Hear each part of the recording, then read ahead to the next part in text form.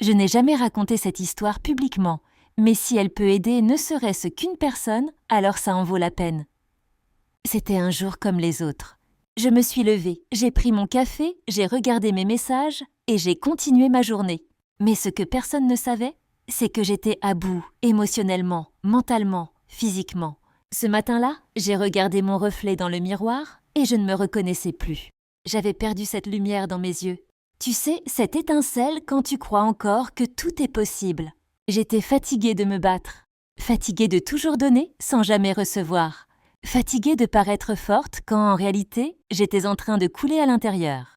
Et puis, il y a eu ce message. « Tu vas bien ?» Je n'ai pas répondu tout de suite. Mais rien que ces quelques mots ont suffi à me rappeler que j'existais, que quelqu'un pensait à moi.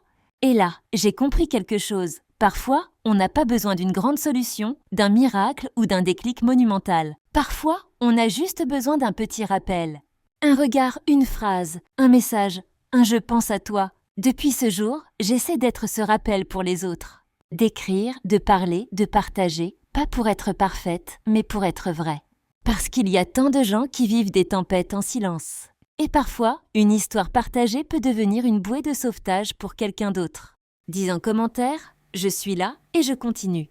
Partage cette vidéo à une personne que tu sens fragile en ce moment. Et souviens-toi, raconter ton histoire n'est pas une faiblesse, c'est un cadeau.